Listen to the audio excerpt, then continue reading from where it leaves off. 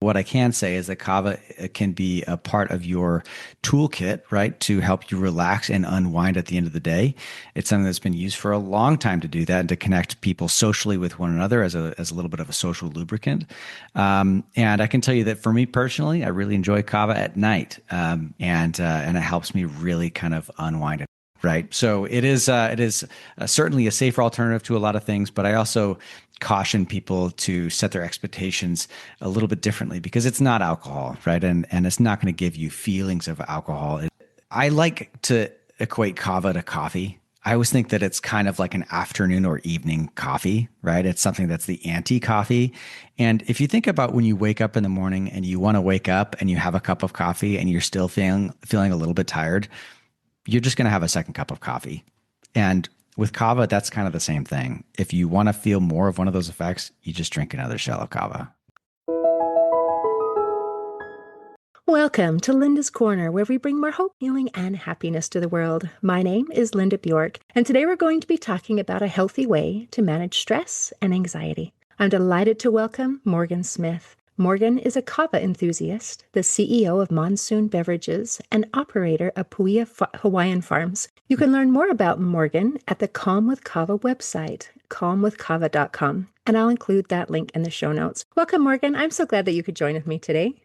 I am stoked to be here, Linda. Thank you so much for having me. Thank you. And I'm so excited to learn from you because you have a lot of information that is new to me, stuff that I don't know. And I love to learn new things. But before we get into all of the kava stuff, it says here that you mentioned that you learned directly from the South Pacific communities, and I would love to learn more about that. I am Scandinavian by heritage, but my heart is Polynesian. So if I could be adopted into a culture, that's where I'd like to go. So teach me, what have you learned? Yeah, so I'm with you. I have Scandinavian heritage. 75% of my DNA is from the British Isles. My family, obviously was distilling whiskey for a long time, and I don't think that that did a whole lot of good for the world. And so I'm hoping to reverse some of that, in my work. And so I open with that because, I am not of Polynesian or Melanesian or Micronesian descent, those who have consumed kava. And so I just want to be very upfront about that.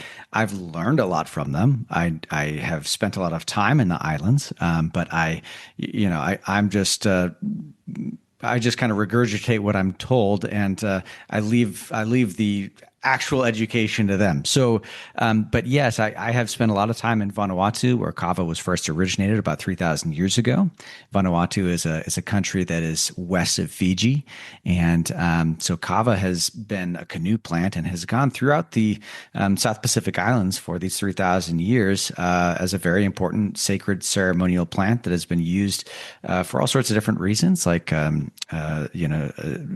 political deals or just dealing with friendship issues, relationship issues. You want to go marry the girl next door, you go bring the father some kava and you talk it over, or if you just want to hang out and relax with your family, and after a hard day's work, you have a couple shells of kava, coconut shells of kava before dinner. So, I've spent a lot of time throughout those islands and can tell you all sorts of things about it.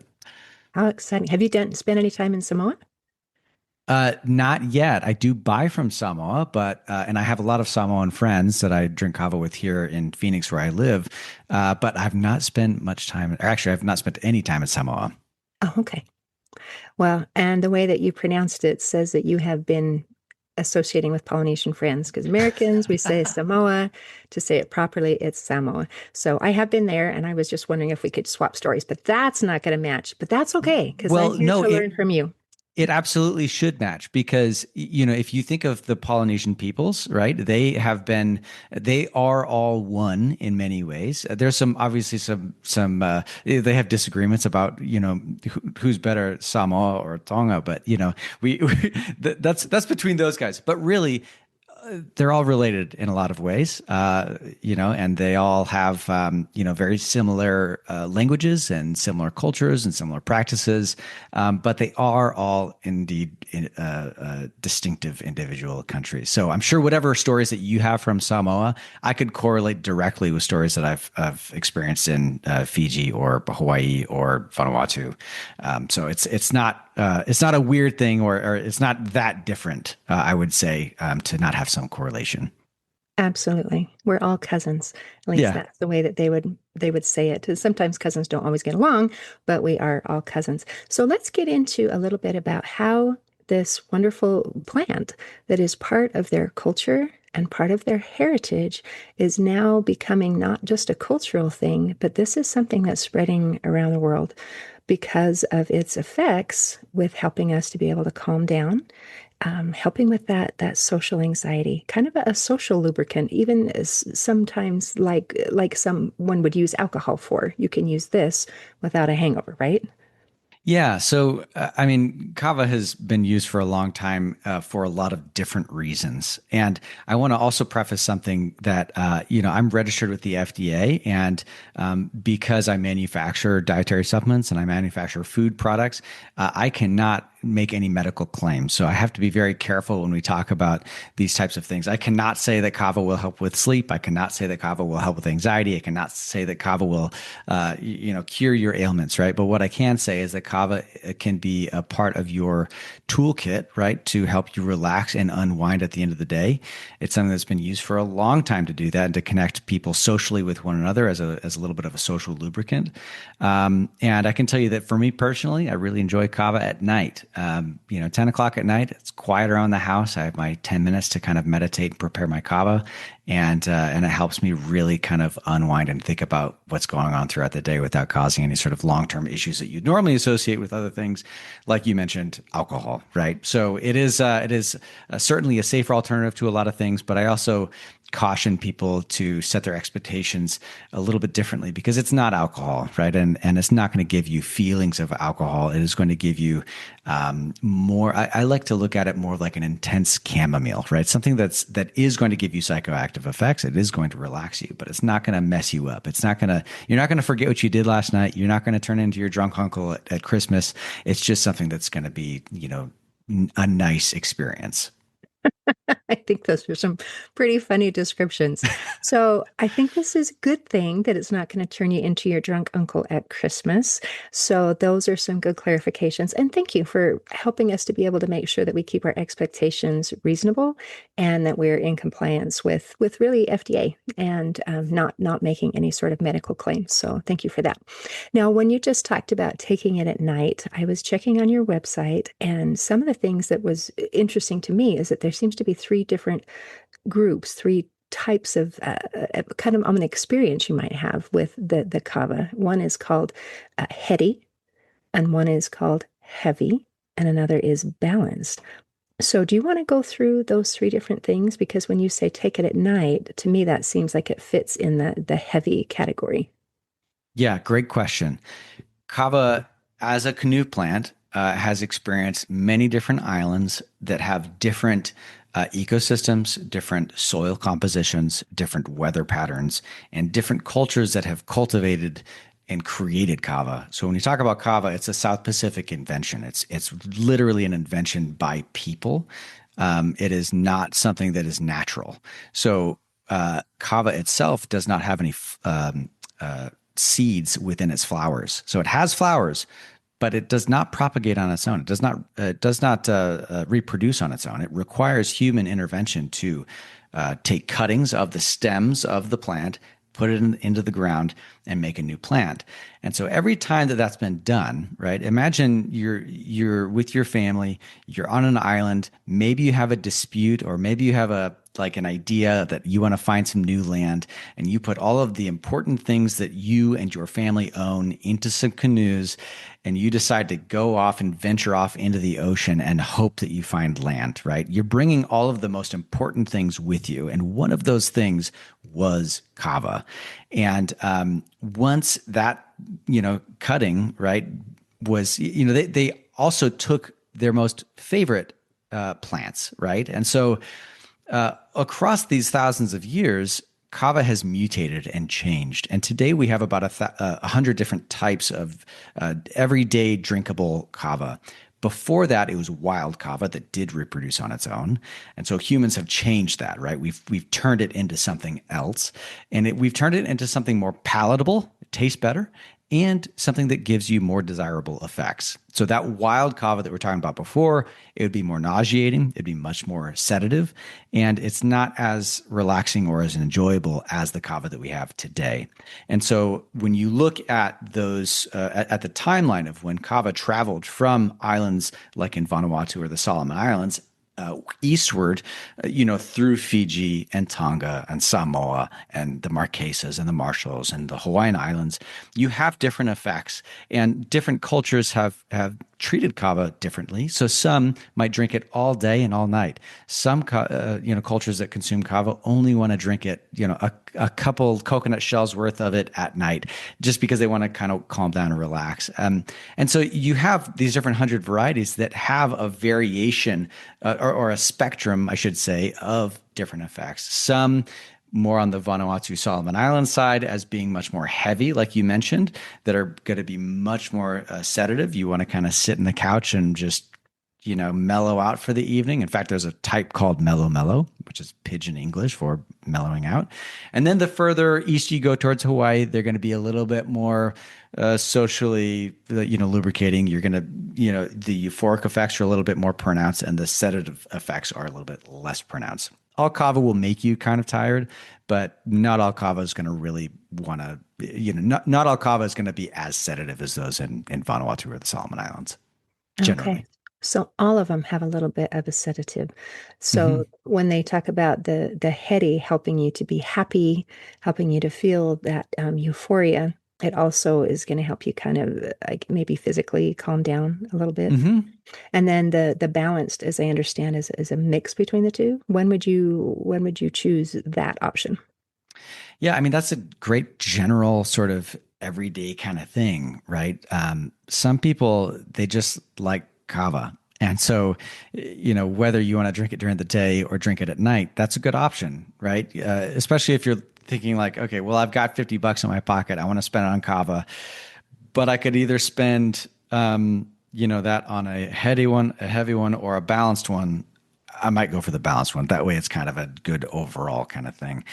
I think that to be super frank, 10 years ago, I would have said heavy, and balanced much more frequently. I would have been much more, into that sort of idea.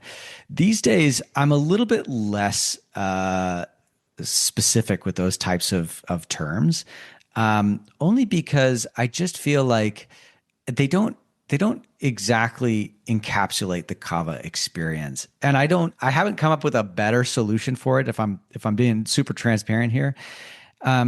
Because like I said, all kavas will be sedative and all kavas will be euphoric. And so I struggle to be like, well, you should only go for a balance. You should only go for a heavy, or only go for, so I hope that makes some sense, but it is somewhat true, right? That those, in the West are more sedative. Those in the East are more euphoric, and there's somewhat of a balance in between, but, yeah. Okay. Interesting. So, it's everything is really kind of a blend. It's not going to be as much of, I don't know, specific to I want this, I want this. I'm going to get a little bit of all. Okay, good to know. Yeah. And actually, let me clarify that just one quick point, right? I like to equate kava to coffee. I always think that it's kind of like an afternoon or evening coffee, right? It's something that's the anti-coffee. And if you think about when you wake up in the morning and you want to wake up and you have a cup of coffee and you're still feeling a little bit tired, you're just going to have a second cup of coffee. And with kava, that's kind of the same thing. If you want to feel more of one of those effects, you just drink another shell of kava, and it's not, so you can kind of get to where you want to go no matter what type it is. Fascinating. So an anti-coffee. So when you just say, okay, I'm going to have a drink of coffee, people kind of know what to expect from that. That pick me up, let's get going, let's get moving. And then for kava, it's going to be just the opposite. Okay, let's calm down. Okay. Exactly. That term I think is super, super helpful because it gives sort of a mental image immediately. Mm-hmm. Interesting. Okay. So obviously you can tell from our conversation that I have never tried it before. One of the articles that I read that I quite enjoyed on the website was about trying kava for the first time. and kind of what to expect so that you're not disappointed. And you mentioned earlier that, if you're expecting it to be this, like alcohol, you're going to be disappointed. And if you're expecting it to taste good, you're probably also going to be disappointed. So if you could kind of just walk us through for people like myself and others who are listening who have never tried it before, what will it be like the first time that you try it, and what would make me want to? Well, I first off, we should change that, and I need to get your address so I can send you some samples. But the second thing is, yes, kava. I never want people. I had a guy recently say, "Oh, my wife has trouble at night. Maybe I should get her some kava." She normally has some chamomile, and she likes the flavor and things. And I said, okay, now look, I know that this is not the normal sales guy thing to say that this doesn't taste good, right? You want everyone to think that something's going to taste good, so it's going to be easy to drink. Kava does not taste good. So, I'll give you an anecdote. So in Vanuatu, they've got these places called nakamalls. Nakamalls are like village community centers where they get together and they drink kava together. And the more urban, westernized approach that you see in like the capital city of Port Vila is more like a bar almost, right? Like a kava bar. And there's a spot where everyone drinks their coconut shell of kava and then they spit at the very end to get the flavor out of their mouth, right? So now my wife does not want me to spit in my yard. Okay, so I don't do that. I'm just used to the flavor. But the flavor is this. Piper methysticum is the Latin name of kava. Piper it means pepper, so it's of the pepper family. And so it is going to have a little bit of a spicy sort of thing going on. It's kava in the Tongan language. Kava is a Tongan word, and that means bitter. And so it is a bitter, peppery, very earthy flavor, right? I like to call it a medicinal mud water. It's not something that you're drinking for the flavor, but I will say that I also really like to ram home the idea that it doesn't taste good, because normally when people try it, they go, "Oh, I thought that was going to be worse than it is." It's a very peppery, earthy, bitter flavor. But normally you drink it very quickly. So you drink a shell within a couple seconds, and then you have some water to chase it, or maybe a piece of candy or something to kind of get the flavor out of your mouth. Not a problem.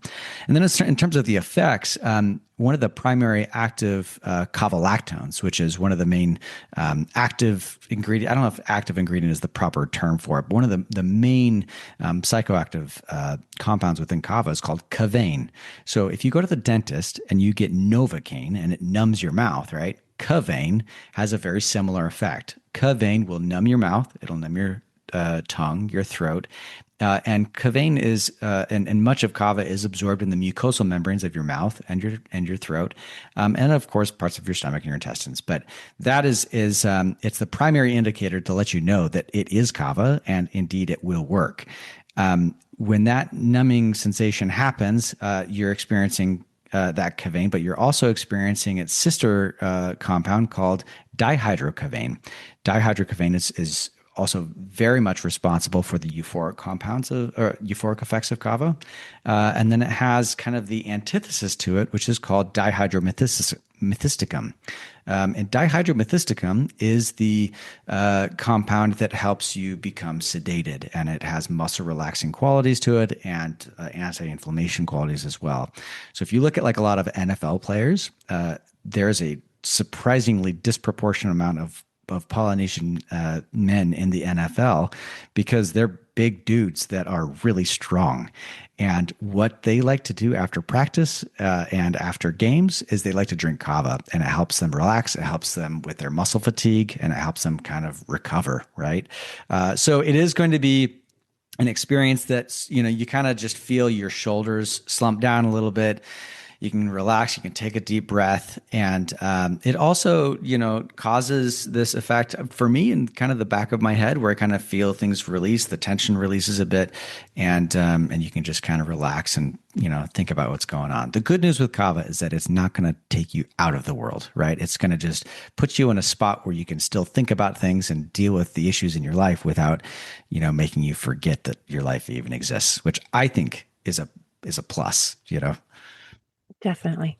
We don't want to totally disconnect from reality. We just want to be Exactly. able to handle it, I guess. So I'm thinking about timing. As you're describing this experience, it sounds terrible at first. It's going to taste terrible. It's going to make my mouth feel tingly. And my first thought's going to be, what did I just do? So how long is it going to take between that? What did I just do? And why did I do it? To, oh, I see it now. This is a good thing. Hmm. Yeah. So generally, when you drink kava, you will drink multiple servings in the course of an hour or two. I would normally have between 4 to 6 servings. We call them shells because they serve them out of coconut shells in the islands. And so that's kind of how I call it. But we would generally have between 4 to 6 shells of kava over the course of an hour or hour and a half, something like that. And I can feel it. I think that a lot of people are surprised because they're expecting it to be a lot more of an experience than it is.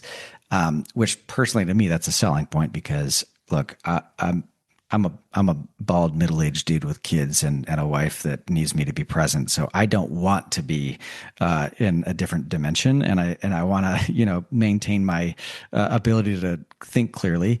And so I can feel it with after the first shell if it's a nice strong shell. You can prepare it as concentrated as you want or as diluted as you want. If you go to Vanuatu, they're going to prepare it as concentrated as humanly possible. If you go to Tonga or Fiji, a lot of time or Hawaii, a lot of times it's very much diluted, so they can drink it over the course of many hours, and so it takes a lot longer to feel those effects. Personally, though, generally speaking, between 1 to 2, shells of kava is when I first start to feel those effects. Wow. Okay. So that first experience is not so bad that you don't want Mm-mm. to pick up a second shell and do it again. I mean, I don't think so, but Okay. who Good knows? to know. Good to know. Because like I say, I haven't tried it yet. So there you go. Interesting. Well, I appreciated you mentioning cavalactones, and Mm-hmm. it has an effect on the amygdala. Do you want to kind of talk about that a little bit? Yeah, so kava lactones, there's 6 major ones that we measure. So whenever I get kava in from the islands, I will send it off to our labs for test results for things like pathogens, E. coli, salmonella, yeast and molds, and all sorts of toxins and things like that. And the other thing that we test for are kava lactones. Those 6 major kava lactones are what we can measure. There are 18 total kava lactones, but 6 of them are major that we actually, send for labs. I think that those 12 others are smaller and they likely have some sort of symbiotic, effects when it comes to being metabolized in the body. But we're not super aware of exactly what they all do. And we also know that there's some volatiles in kava that are responsible for some of the effects that are not a cavalactone. For example, if you've ever heard of comfrey, the plant, and it has a compound in it called camphor or camphor, and camphor is also in kava, right? So there's a lot of that kind of stuff going on. But as far as kavain or dihydrokavain and its interaction with the body, it does act on GABA receptors. But it's different in that when you look at compounds that work on GABA receptors like benzodiazepines or alcohol, those are 2 main huge ones that people are always talking about. The difference is that whereas benzodiazepines and alcohol are highly addictive, physically addictive, right? Meaning that after you've consumed them for a period of time, that your body will get used to them and you will withdraw from them if you stop consuming them. Kava does not have those same properties. So while it acts on GABA receptors, it acts on them in a way that's much more mild. And so it does not create those physically addictive properties that you see from other plants. That matters very much because we don't Yes. want to just trade drug A for drug B, something that's going to harm me in the long run. Right. Okay. But it does have those effects on the amygdala. Let's calm those feelings. Let's help to be able to. So it's I don't know. Sometimes when we talk about feelings, we need to remember that there's a connection that's physiological. There's a reason why it is doing what it's doing. So it's and that's a good thing for many things because you can kind of predict what's going to come. Hmm. You can kind of predict what your response is going to be, how your body is going to respond to that, um, and that there's more to it than just it's a social thing, and someone said it would work, and so in my mind I say it's going to, so it does. But it's more of a physical response. Well, this has been fascinating and very educating for me. Is there anything that you want to make sure that we cover before we close today? Yeah, I'm just here as a Kava advocate, right? I'm an evangelist for Kava. I'm a Kavangelist, I suppose. And I just feel like kava has a strange name. It's something that's not used, or the word itself is maybe a bit confusing for people because it sounds odd and it comes from a different culture. And if you don't know what it is, it could sound a lot scarier than it is. And I just want people to understand what kava is and where it comes from and who has farmed it for thousands of years and have consumed it for thousands of years safely. I think that it's an important thing that people can, like I said earlier, I'm not expecting everyone to drink kava. I'm not expecting everyone to like kava. But what I am suggesting is that if you're going through a period of your life where you find that the current trajectory that you're going on or the things that you're consuming are not things that are benefiting your life, there are other options, whether it's kava or something else. I think that it's important that people recognize that there's other ways of living life, ways that are more fulfilling and that will not harm you. And kava could be one of those things. And so I would just leave with that. Thank you. And I really appreciate your approach to it. And that matches very well with my mission. And that's just to open our eyes to the possibilities and then say, okay, now that you're aware of this, whether or not you choose it is up to you. Yeah. But now you know. So it could be in your toolbox if that is a good fit for you. So Morgan, thank you so much for visiting with me today. Absolutely. I'm so grateful that you'd have me on and I could ramble on about kava for a few minutes. So thank you very much. In closing, I'd like to share a quote by Albert Einstein. He said, "A calm and modest life brings more happiness than the pursuit of success combined with constant restlessness." Today, I invite our listeners to embrace calmness and happiness. See you next time on Linda's Corner. Thanks for tuning in to Linda's Corner podcast. If you enjoyed this episode, please subscribe and share it with your friends to help us inspire even more listeners. Be sure to visit hopeforhealingfoundation.org for free and affordable resources to help you overcome life's challenges. And explore healingbreathworkdetox.com, where you'll find transformative tools for deep inner healing and lasting change. Also, don't forget to check out my books, Crushed, A Journey Through Depression, and You Got This, an action plan to calm fear, anxiety, worry, and stress. Your journey to hope, healing, and happiness starts here.